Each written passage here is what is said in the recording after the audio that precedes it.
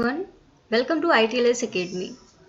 आज से हम माइक्रोसॉफ्ट ऑफिस वर्ड में एक नया पावर पॉइंट प्रेजेंटेशन का लेक्चर सीरीज स्टार्ट कर रहे हैं, जिसमें कि हम पावर पॉइंट को कैसे ऑपरेट करते हैं, पावर पॉइंट पे PPT कैसे बनाते हैं, क्या क्या चीज़ें होती हैं, क्या क्या फंक्शंस होते हैं जो कि आप माइक्रोसॉफ्ट ऑफिस पावर पॉइंट की मदद से कर सकते हैं, वो सारी चीज़ें हम जानेंगे। इसमें लेक्चर सीरीज़ में सबसे पहले हम होम टैब के बारे में देखेंगे और होम टैब के बारे में जानेंगे कि किस तरीके से आप होम टैब के ऑप्शंस को यूज़ करते हैं for making any power point presentation that is PPT। तो चलिए सबसे बेसिक से स्टार्ट करते हैं। सबसे पहला ऑप्शन आता है पेस्ट का। पेस्ट का क्या होता है, आपने अगर कोई भी टेक्स्ट सेलेक्ट किया है, सेलेक्ट करने के लिए मैं शॉर्ट कीज़ भी आपको साथ में बताती जा रही हूँ, शॉर्टकट्स भी बताती जा रही हूँ, आप उनको यूज़ कर सकते हैं। आपने जैसे जस्ट अभी मेरे पास कोई कॉपीड टेक्स्ट नहीं है, मैंने कॉपी किया, Ctrl+C किया, टेक्स्ट कॉपी हो गया। अब आपको यहाँ पे पेस्ट का ऑप्शन मिलता है। तो पेस्ट का ऑप्शन क्या है, आप यहाँ पे आके राइट क्लिक करेंगे और पेस्ट करेंगे। आपका जो भी टेक्स्ट आपने कहीं से भी कॉपी किया है, ये तो मैंने यहीं से कॉपी किया था तो इसीलिए मैंने आपको दिखा दिया, लेकिन अगर आपने कहीं से भी कॉपी किया है, आप राइट क्लिक करेंगे और पेस्ट करेंगे, वो टेक्स्ट आपका पेस्ट हो जाएगा। इसके अलावा ये काम आप शॉर्टकट कीज़ की मदद से भी कर सकते हैं।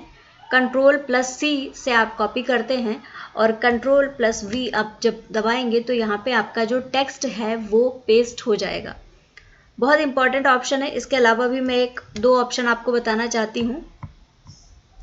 Ctrl+C से आपने कॉपी किया, Ctrl+V से आपने पेस्ट कर दिया।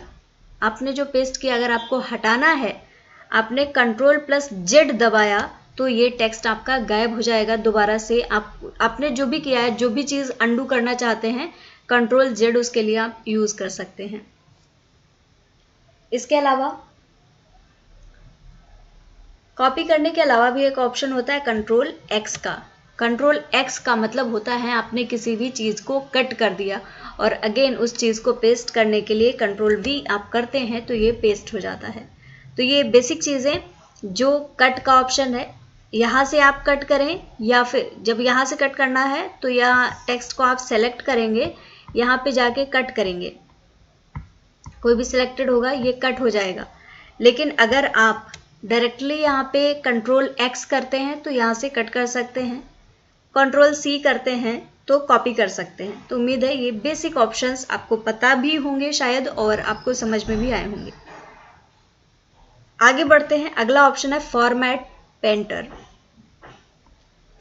जैसे कि अगर मैं आपको बताऊं, ये जो टेक्स्ट है मेरा रेड कलर में है, अब मैं यही कलर कई सारे जगह पे करना चाहती हूँ, तो यहाँ पे आप ये सेलेक्ट करेंगे टेक्स्ट को, फॉर्मेट पेंटर पे जाएंगे और फॉर्मेट पेंटर पे क्लिक करते ही आपको ये एक पेंटर का ऑप्शन मिल जाएगा।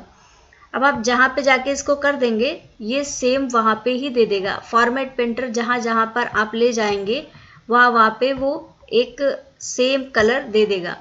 नॉट ओनली कलर, कोई भी चीज़ है, आपने कुछ भी इंसर्ट किया है, कुछ नया चीज़ उसमें डाला है, फॉर्मेट पेंटर पे जाएंगे तो आपको ये ऑप्शन मिलेगा कि आप सेम चीज़ कर सकते हैं। एक और चीज़ करके दिखाऊंगी। ये मैंने सेलेक्ट किया और यहाँ पे इसको कट कर दिया। अब ये जो कट वाला है मैं 2-3 जगह पे करना चाह रही हूँ। मैं फॉर्मेट पेंटर पे जाऊँगी, जहाँ भी मुझे करना है मैं वहाँ पे जाके फॉर्मेट पेंटर लेके यहाँ पे इसको सेम कर सकती हूँ। अगेन Ctrl+Z से मैं वापस आ जाती हूँ जो भी मैंने चेंजेस किए हैं। तो उम्मीद है फॉर्मेट पेंटर का ऑप्शन आपको क्लियर हो गया होगा। नेक्स्ट आता है स्लाइड। सबसे ज़्यादा इम्पॉर्टेंट होता है कि आप स्लाइड कैसे बनाते हो। तो आप माइक्रोसॉफ्ट ऑफिस पावर पॉइंट का बना लेते हो। पहले एंटर करते हो जब पावर पॉइंट में तो आपको ऑप्शन मिलता है न्यू स्लाइड का। तो यहाँ पे आप स्लाइड को न्यू स्लाइड पे जाके करेंगे, स्लाइड आपकी ऐड होती जाएंगी। लेकिन अगर आपको कोई फॉर्मेट में ही स्लाइड ऐड करनी है कि किसी फॉर्मेट में स्लाइड आए, तो आपको क्या करना है, यहाँ पे जाके क्लिक करना है। आपको बहुत सारे ऑप्शंस मिलेंगे। आप यहाँ से फॉर्मेट सेलेक्ट कर सकते हैं। टाइटल, आपको टाइटल स्लाइड चाहिए तो ये क्लिक करेंगे, आपको टाइटल स्लाइड आ जाएगी। यहाँ पे टाइटल ऐड कर सकते हैं, सब टाइटल ऐड कर सकते हैं। ये चीज़ें हैं, ये बैक स्पेस से जाके हटा भी सकते हैं और अगर कुछ और ऐड करना चाहते हैं तो वो भी ऐड कर सकते हैं। और वो कैसे ऐड करेंगे वो भी मैं आगे आने वाले वीडियोस में और इसी सीरीज़ में आगे बताऊंगी। तो यहाँ पे जाके न्यू स्लाइड में आप जिस तरीके का आप फॉर्मेट चाहते हैं वैसा ऐड कर सकते हैं। अपार्ट फ्रॉम दिस, अगर आप कोई भी स्लाइड को रीयूज़ करना चाहते हैं तो वो यहाँ से आप रीयूज़ करने के लिए उसको सेव कर सकते हैं। अगर स्लाइड फ्रॉम आउटलाइन चाहते हैं तो आपको यहाँ पे सारे स्लाइड्स का आउटलाइन फॉर्मेट मिल जाएगा। इसके अलावा आप डुप्लीकेट कर सकते हैं किसी भी स्लाइड को। अगर मैं यहाँ पे जाके डुप्लीकेट सिलेक्टेड स्लाइड करूँगी तो मेरी स्लाइड डुप्लीकेट हो जाएगी, जिसको कि मैं डिलीट की मदद से डिलीट कर दूँगी। इसके अलावा स्लाइड डुप्लीकेट करने के लिए आपको जो भी स्लाइड डुप्लीकेट करनी है उस पर जाएंगे, आप राइट क्लिक करेंगे, बहुत से ऑप्शंस आपको मिल जाएंगे। कट करना है, कॉपी पेस्ट करना है, इसको नई स्लाइड इंटर करना है, जो कि न्यू स्लाइड पे जाके भी कर सकते हैं, राइट क्लिक करके भी कर सकते हैं। इसके अलावा डुप्लीकेट स्लाइड का ऑप्शन यहाँ पे मिलेगा, यहाँ से भी आप इसको डुप्लीकेट कर सकते हैं। डिलीट करना चाहें तो डिलीट कर सकते हैं। पब्लिश करने का मतलब होता है कि कोई भी आपकी स्लाइड है उसको आप सेव करके रखना चाहते हैं पर्टिकुलर फॉर्मेट को, तो उसके लिए आप पब्लिश स्लाइड का ऑप्शन यूज़ कर सकते हैं। इसके अलावा अपडेट्स अगर आपको चेक करने हैं, जैसे जैसे कि मैंने माइक्रोसॉफ्ट ऑफिस वर्ड में बताया था कि कुछ चेंजेस करते हैं, तो अगर उन चेंजेस को आप ट्रैक करना चाहते हैं तो चेक फॉर अपडेट्स ऑप्शन पे जाके आप चेंजेस को अपडेट कर सकते हैं। आपने क्या क्या चेंजेस किए गए हैं वो देख सकते हैं। अगला ऑप्शन है लेआउट। तो लेआउट का मतलब जो न्यू स्लाइड पे, यहाँ पे मोस्ट ऑफ द ऑप्शंस जो मैं अभी बता चुकी हूँ वही हैं। जब आप लेआउट पे जाते हैं तो सिलेक्ट कर लेते हैं कि किस तरीके की स्लाइड आपको चाहिए।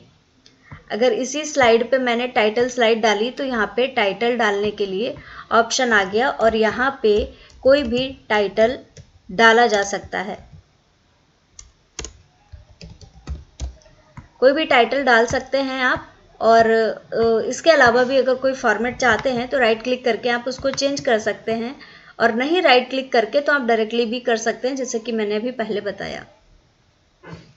रीसेट करनी है आपको स्लाइड, तो रीसेट पे जाके आप क्लिक कर देंगे, आपकी स्लाइड रीसेट हो जाएगी, पहले जैसी स्लाइड हो जाएगी।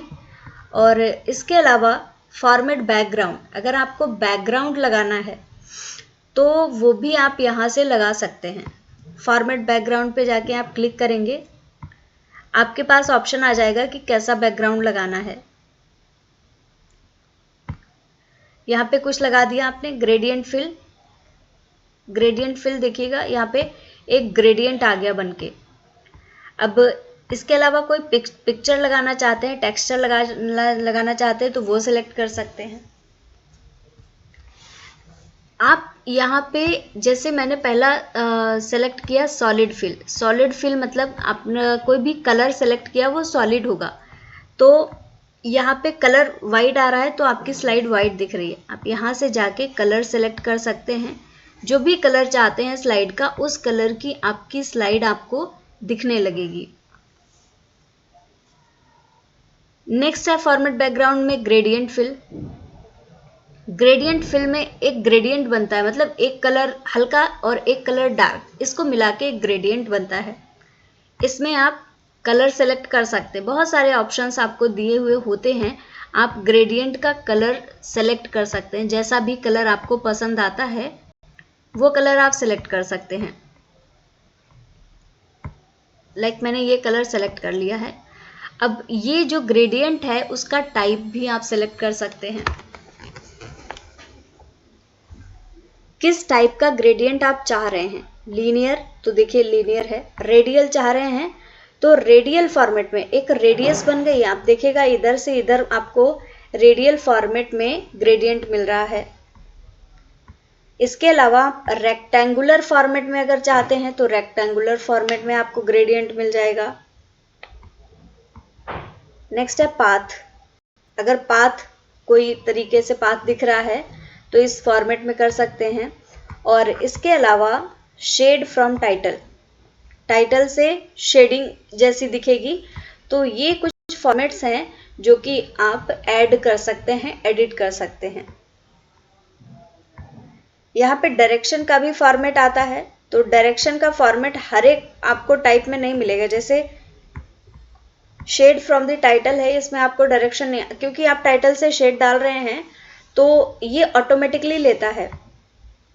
लेकिन इसके अलावा आप लीनियर या रेडियल पे रखते हैं तो आप यहाँ पे डायरेक्शन सेलेक्ट कर सकते हैं।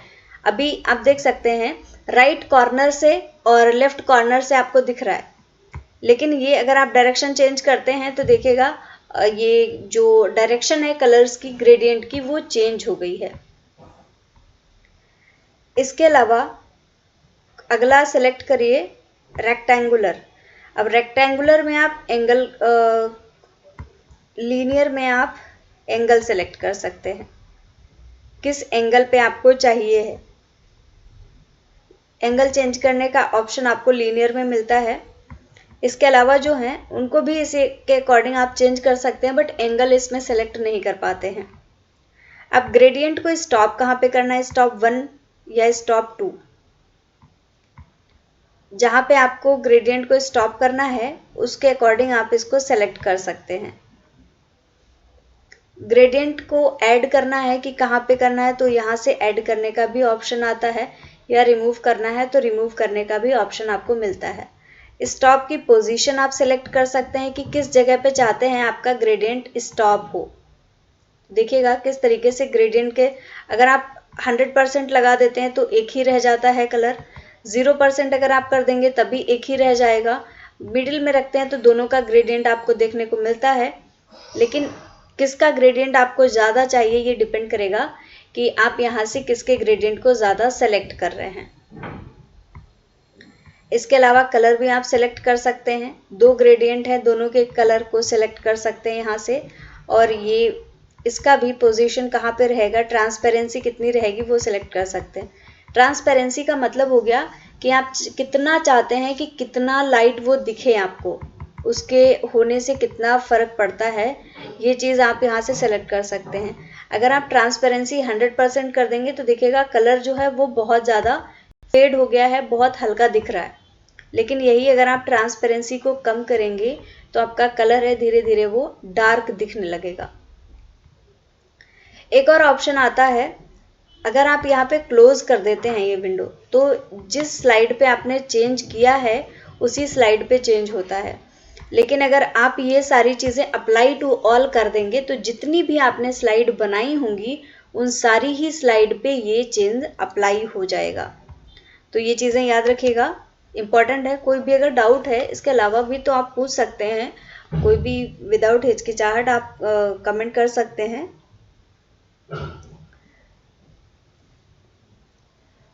तो बैकग्राउंड फॉर्मेटिंग का उम्मीद है आप लोगों को समझ में आया होगा। अब फिर से देखते हैं राइट के अलावा, राइट क्लिक करने पे इसके अलावा क्या क्या ऑप्शंस आ रहे हैं। तो फॉर्मेट बैकग्राउंड तो उम्मीद है आप लोगों को समझ में आ गया होगा। हाँ, मैंने सॉलिड और ग्रेडियंट फिल दिखाया। अब आते हैं पिक्चर और टेक्सचर फिल पे। पिक्चर और टेक्सचर फिल में क्या होता है, कोई भी टेक्सचर या फिर कोई भी पिक्चर आप लगा सकते हैं। अब टेक्सचर आप यहाँ से सेलेक्ट कर सकते हैं कैसा चाह रहे हैं। जो भी टेक्सचर आप सेलेक्ट करेंगे अपनी स्लाइड के लिए वो यहाँ पे ऑटोमेटिकली अप्लाई हो जाएगा। देखिएगा तरह तरह का आप फॉर्मेट यहाँ पे सेलेक्ट कर सकते हैं और जो भी सेलेक्ट करते हैं वही आप यहाँ पे अप्लाई कर सकते हैं। एक अगला ऑप्शन आता है इंसर्ट फ्रॉम फाइल। अगर आपने डेस्कटॉप पे, लैपटॉप पे कोई फाइल सेव करके रखी है और फिर उसको यहाँ पे बैकग्राउंड लगाना चाहते हैं तो इंसर्ट फ्रॉम फाइल करके आप उसको एडिट कर सकते हैं। वो मैं यहाँ पे ऑप्शन नहीं दिखा रही हूँ, बट स्टिल आप यहाँ पे जाएंगे, आप डायरेक्टली जिस भी फोल्डर में है आप उस फोल्डर में इंसर्ट करेंगे और आपकी फाइल इंसर्ट हो जाएगी। इसके अलावा क्लिपबोर्ड का भी ऑप्शन है कि आपने कोई भी कट या कॉपी कर रखी है इमेज तो वहां से ऐड कर सकते हैं। अगला आता है क्लिप आर्ट। क्लिप आर्ट का ऑप्शन मैं आपको दिखा देती हूँ कि किस तरीके से क्लिप आर्ट से भी आप ऐड कर सकते हैं। यहाँ पे आप कोई भी पिक्चर जो सेलेक्ट करना चाहें वो सेलेक्ट कर सकते हैं और वो पिक्चर आपकी ऐड हो जाएगी। देखिएगा यहाँ पे एक पिक्चर मैंने ऐड कर दी है। इसके अलावा क्लिप आर्ट में सेलेक्ट करने का भी ऑप्शन आता है। आप यहाँ पे सर्च भी कर सकते हैं। जो भी आप सर्च करेंगे, लेट मी ट्राई, अगर यहाँ पे ITLS एकेडमी का मुझे मिलता है, मे बी यहाँ पे ITLS एकेडमी का नहीं है, बट क्लिप आर्ट में काफ़ी शेप वगैरह होते हैं, उनको आप सेलेक्ट कर सकते हैं। यहाँ से जो भी शेप आप चाहते हैं वो एज अ बैकग्राउंड आपका यहाँ पे अप्लाई हो जाएगा। तो ये तो कुछ चीज़ें हैं जो बैकग्राउंड की फॉर्मेटिंग में आती हैं। मुझे लगता भी है कि ये सबसे बड़ा पार्ट होता है और जिसमें समझने में भी काफ़ी प्रॉब्लम रहती है स्टूडेंट्स को, और कंफ्यूज रहते हैं कि कैसे वो चीज़ें करनी है। तो उम्मीद है अभी आप सभी को ये सारी चीज़ें समझ में आ रही होंगी। तो ये सारी चीज़ें यहाँ से हो गई हैं। क्लिपबोर्ड में अगर आपने कुछ भी कॉपी किया होगा, जैसे कि अभी मैंने ये ITLS एकेडमी का जो इंट्रो लिखा है वो कॉपी किया था, तो मैंने क्लिपबोर्ड का ऑप्शन दबाया यहाँ पे और ये टेक्स्ट यहाँ पे कॉपी हो गया एज अ बैकग्राउंड। ये बैकग्राउंड में है, आप इसको अब हटा भी नहीं सकते। ओके, तो मैंने Ctrl+Z कर दिया है, जिससे कि जो भी यहाँ पे चीज़ें आई थी वो चली गई हैं। अगेन चलते हैं वहीं पे। तो अभी क्लिपबोर्ड मतलब जो भी आपने कॉपी कर रखा है वो आपके बैकग्राउंड में लग जाएगा। क्लिप आर्ट मतलब कोई भी शेप वगैरह आप ऑनलाइन चाहते हैं वो यहाँ से ऐड कर सकते हैं। और फाइल मतलब आपके सिस्टम में, आपके डेस्कटॉप में, आपके लैपटॉप में अगर कोई भी फाइल सेव है किसी भी फोल्डर में, तो आप यहाँ से जाके उसको आप एज अ बैकग्राउंड इंटर कर सकते हैं। ओके, अगला है टाइल पिक्चर एज टेक्सचर। अगर आप टेक्सचर की तरह अप्लाई करना चाहते हैं इसको, तो ये आपकी जो भी पिक्चर है वो छोटे छोटे पार्ट्स में आके बहुत सारे एक जैसे बना के और एज अ टेक्सचर एक बहुत सारे फॉर्मेट बना देगी और पूरे पूरे बैकग्राउंड में वही फाइल यहाँ पे ऐड हो जाएगी। ऑफसेट पे आते हैं। आप सेलेक्ट करते हैं कि x एक्सेस में कितना रहेगा, x और y पे स्केल में कितना रहेगा ऑफसेट। तो देखिएगा अगर आप इसको बढ़ाते जाते हैं ऑफसेट x को, तो जैसे यहाँ पे आपको दिख रही है आगे बस जैसी बनी हुई है, ये आगे बढ़ती जाएगी। आप इसको जहाँ से चाहते हैं वहाँ से ऐड कर सकते हैं। आपको अगर पीछे से ऐड करना है तो आप इसको पीछे से कर सकते हैं, और अगर आगे बढ़ाना चाहते हैं तो आगे बढ़ा के भी कर सकते हैं।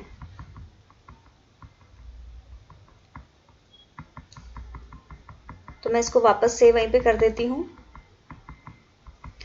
ओके, नेक्स्ट है स्केल एक्स। स्केल एक्स को 100% आप रखते हैं तो पूरी पिक्चर आती है, और अगर इसको छोटा करते हैं स्केल एक्स को, आप इससे कम ले जाते हैं परसेंटेज में, तो जो आपकी फाइल है वो बहुत छोटी छोटी होती जाती है। जितना बड़ा आप चाहते हैं उस पोस्टर में कि बहुत सारे अगर आप चाहते हैं आपकी जो इमेजेस हैं वो आ जाएं, तो आप इसको बहुत छोटा सा करते जाते हैं और यहाँ पे आपकी इमेजेस बहुत सी छोटी होती जाती हैं, और अगर ज़ीरो कर देते हैं तो गायब भी हो जाती है। तो हमें रखनी है, और वो भी मैक्सिमम अगर हमें रिजोल्यूशन पे रखनी है तो हम इसको 100 पे रखते हैं, और जो मैक्सिमम हमें रिजोल्यूशन मिलता है बेस्ट वाला वो हमको यहाँ पे मिल जाता है।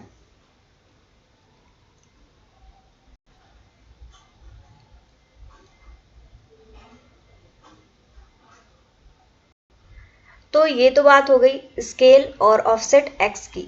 अब वाई पे आते हैं। वाई पे अगर आप बढ़ाते हैं इस पॉइंट को, तो ये जिस तरीके से देख रहे हैं आप नीचे से कितने सारे, और अभी आप जा रहे हैं 4 रो में आपको दिख रहा है, ओनली 4 रोज आर देयर, लेकिन आप ज़्यादा रोज यहाँ पे चाहते हैं, आप ऑफसेट वाई को बढ़ाते हैं। ऑफसेट वाई को आप बढ़ाते रहेंगे और आप देखिएगा आपकी इमेजेस किस तरीके से सेट होती जा रही हैं, और भी यहाँ पे आपको इमेजेस उसी टाइप की मिल रही हैं।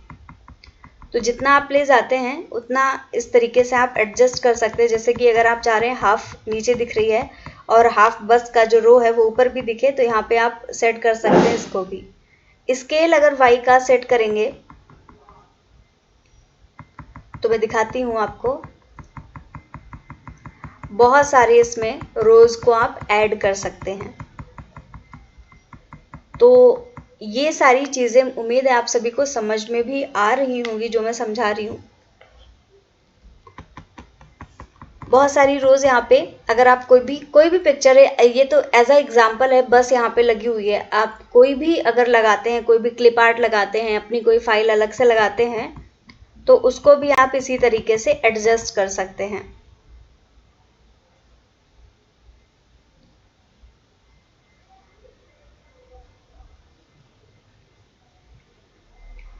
ओके, तो उम्मीद है ये समझ में आया होगा। अब आता है अलाइनमेंट। अलाइनमेंट आपको कैसा चाहिए? टॉप पे चाहिए तो सारा जो आपका मैक्सिमम बैकग्राउंड है वो टॉप की तरफ में दिखेगा। टॉप राइट में चाहिए तो अलाइनमेंट टॉप राइट में आपको दिखने लगेगा। टॉप लेफ्ट में चाहिए है तो उस तरीके से दिखेगा। सेंटर में अगर आप करना चाहते हैं तो सारा अलाइनमेंट आपको सेंटर में दिखेगा। इसके अलावा बहुत सारे ऑप्शंस हैं, आप अपनी ज़रूरत के हिसाब से इनको एडजस्ट कर सकते हैं। नेक्स्ट आता है मिरर टाइप। अगर मिरर टाइप चाहिए तो अगर आप चाहते हैं कि जो भी बैकग्राउंड आपने लगाया है इसके आपको मिरर इमेज दिखे, तो यहाँ से आप मिरर टाइप पे जाके कैसा मिरर चाहिए वो आप सेलेक्ट कर दें। हॉरिजॉन्टल चाहिए तो हॉरिजॉन्टल दिखेगा, आपको जो बसेस हैं इनकी मिरर इमेजेस दिख रही हैं। देखिएगा इधर सामने से जहाँ पे मैं कर्सर दिखा रही हूँ, यहाँ से मिरर इमेजेस एक दूसरे की दिख रही हैं हॉरिजॉन्टल में। अगर इसके अलावा हम वर्टिकल कर दें तो देखिएगा वर्टिकल में मिरर इमेजेस आ गई। और इसके अलावा भी एक ऑप्शन है बोथ, हॉरिजॉन्टल वर्टिकल, तो देखिएगा हॉरिजॉन्टल और वर्टिकल दोनों में भी मिरर इमेजेस, देखिए ऊपर और नीचे की बस देगा और आमने सामने की बस दिखेगा। तो हॉरिजॉन्टल और वर्टिकल दोनों में ही ये मिरर इमेजेस हमें यहाँ पे दिख रही हैं। नन करेंगे तो जैसा आपका बैकग्राउंड था वैसा ही दिखेगा। अब आता है आपका बैकग्राउंड जो है वो कितना डार्क है, कितनी ट्रांसपेरेंसी आप रखना चाहते हैं। तो अभी तो यहाँ पे 0% है, मतलब ट्रांसपेरेंट नहीं है, प्रॉपर आपका बैकग्राउंड आपको दिख रहा है। लेकिन यही अगर आप ट्रांसपेरेंसी को बढ़ाते हैं तो धीरे धीरे आपका जो बैकग्राउंड है वो फेड होता जाएगा और अल्टीमेटली बहुत लाइट कलर में आपका बैकग्राउंड प्रेजेंट रहेगा। तो यहाँ से आप बैकग्राउंड की ट्रांसपेरेंसी को भी सेट कर सकते हैं। अगेन अगर आप 100 पे पहुँच जाते हैं तो वाइट हो जाएगा क्योंकि वो कम्प्लीटली ट्रांसपेरेंट हो जाएगा। लेकिन अभी आप देखिएगा कितना लाइट आपको बसेस दिख रही हैं जो बैकग्राउंड में आपने लगा रखी हैं, वो चीज़ें आपको दिखेंगी। अगर ट्रांसपेरेंसी आप कम करेंगे, जितना कम करेंगे उतना ज़्यादा दिखेगा, और अगर आप ये ट्रांसपेरेंसी को बढ़ाते हैं तो ये बढ़ता जाएगा। अगर आपने 100 कर दिया तो यहाँ पे देखिएगा पूरा कंप्लीट वाइट हो गया जैसा कि पहले था।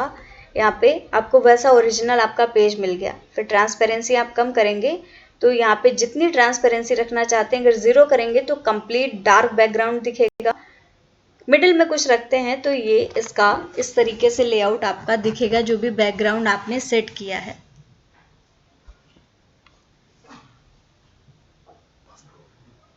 तो मैंने ये पिक्चर और टेक्सचर फिल के ऑप्शंस यहाँ पे कवर कर लिए हैं। नेक्स्ट आता है हाइड बैकग्राउंड ग्राफिक्स। अगर बैकग्राउंड में कुछ लिखे हुई चीज़ें हैं तो अगर आप उनको सेट करना चाहते हैं तो यहाँ से आप हाइड कर सकते हैं। नेक्स्ट आता है पिक्चर का। पिक्चर की कलरिंग अगर आप दोबारा करना चाहते हैं, बसेस आपकी येलो दिख रही हैं, येलो के अलावा कुछ और कलर में करना चाहते हैं तो यहाँ से आप रीकलर करके अपने बैकग्राउंड का कलर भी चेंज कर सकते हैं। जो भी पिक्चर आपने लगाई है उसका कलर यहाँ पे चेंज हो जाएगा। देखिएगा अगर आप बैकग्राउंड को ब्लैक एंड वाइट में रखना चाहते हैं तो वो भी कर सकते हैं। बहुत सारे ऑप्शंस हैं, एज पर योर नीड यहाँ पे आप सेट कर सकते हैं। ब्राइटनेस या कंट्रास्ट को भी यहाँ से चेंज किया जा सकता है।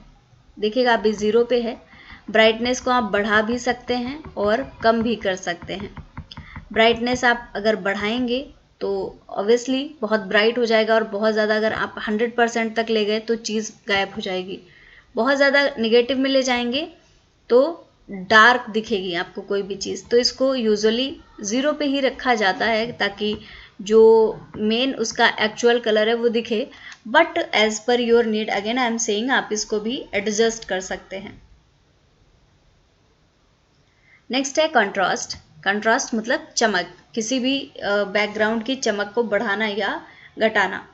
तो ये भी ऑप्शन यहाँ पे दिया हुआ है। कंट्रास्ट को बहुत कम करेंगे चीज़ें डार्क दिखेंगी, और कंट्रास्ट को अगर आप बढ़ाते हैं तो जो चमक होती है बैकग्राउंड की वो बढ़ जाएगी।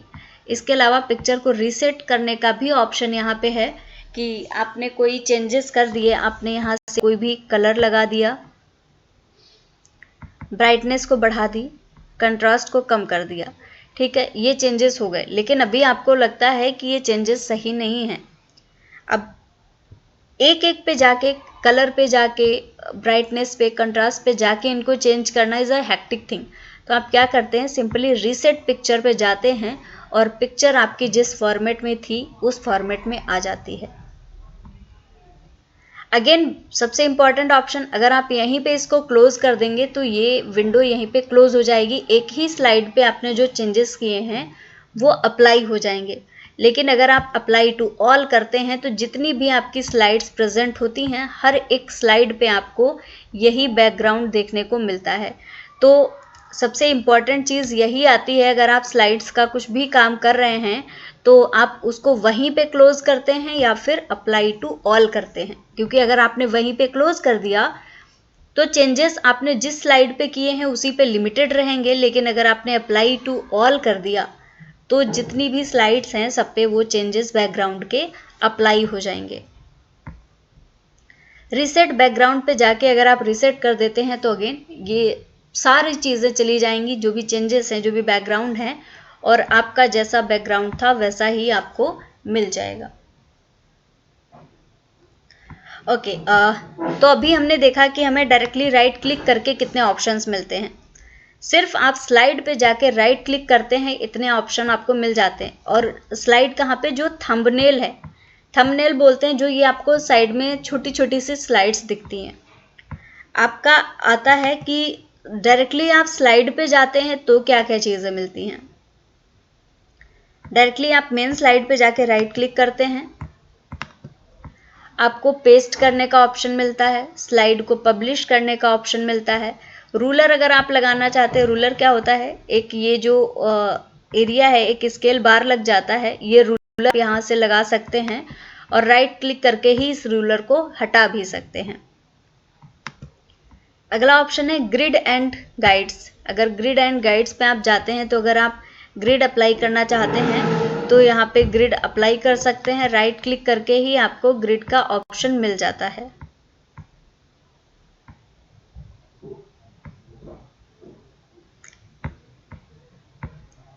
ये देखिएगा आपको छोटे छोटे से कॉलम्स दिखने लगे होंगे, बहुत छोटे छोटे से कॉलम्स दिख रहे हैं, डॉटेड लाइंस हैं। तो ये क्या है, आपने जाके ग्रिड पे सेलेक्ट किया है तो ग्रिड लाइंस आपको दिख रही हैं। अगर यहाँ पे डिस्प्ले ग्रिड ऑन स्क्रीन आप हटा देंगे तो स्क्रीन से ये ग्रिड लाइंस हट जाएंगी। इसके अलावा अगर आप गाइड्स को चाहते हैं, ड्राइंग की चीज़ों को यहाँ पे चाहते हैं तो आप देखिएगा ये आपको गाइड, ये पूरा एक मिड में आपको लाइन मिल रही है, ये गाइड है। और इसके अलावा अगर आप ऐड करते हैं तो आपको ग्रिड का भी ऑप्शन मिलता है, ये दोनों आप हटा देते हैं तो आपकी सिर्फ सिंपल स्लाइड आपको मिल जाती है। इसके अलावा मेन स्क्रीन पे कुछ नीचे की तरफ ऑप्शंस होते हैं, यहाँ से आप पेजेस आपके जितने भी हैं वो एक साथ में अगर देखना चाहते हैं तो ये ऑप्शन पे जाके आप क्लिक करते हैं, इसको स्लाइड सॉर्टर बोला जाता है, ये सारी ही स्लाइड्स को एक साथ में ले आता है। ये जो नॉर्मल ऑप्शन है ये तो नॉर्मल फेज में आपकी स्लाइड्स जैसी रहती हैं वैसा ही दिखाता है। इसके अलावा अगर आप फुल स्क्रीन में देखना चाहते हैं तो स्लाइड शो पे जाके आप क्लिक करते हैं और आपका जो भी स्लाइड है वो प्रेजेंटेशन के मोड में आ जाता है, फुल स्क्रीन के मोड में आ जाता है। अगेन आपको वापस जाना है, आप क्या करते हैं, ESC या एस्केप की पे क्लिक करते हैं और आप वापस से अपने मेन स्लाइड पे पहुंच जाते हैं। इसके अलावा यहाँ पे स्लाइड को जूम करने का ऑप्शन भी होता है, स्लाइड का जो साइज़ है आप वो यहाँ से कम ज़्यादा कर सकते हैं। तो ये तो आज मैंने बताया कि राइट क्लिक करके आप कितनी चीज़ें कर सकते हैं, just by pressing right click.